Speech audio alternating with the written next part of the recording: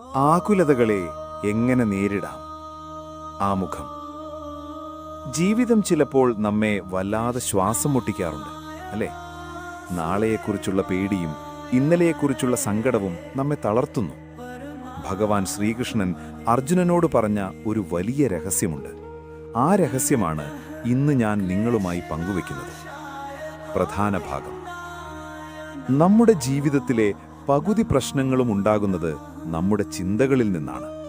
മറ്റുള്ളവർ എന്തു കരുതും, ഞാൻ പരാജയപ്പെടുമോ, എന്നെ ആർക്കും വേണ്ടേ, ഈ ചോദ്യങ്ങൾ നമ്മെ ഒരു ഇരുട്ടറയിലാക്കുന്നു. എന്നാൽ ഭഗവാൻ പറയുന്നു, നീ എന്തിനെയാണ് ഭയപ്പെടുന്നത്? നീ എന്തു കൊണ്ടുവന്നു അത് നഷ്ടപ്പെടാൻ?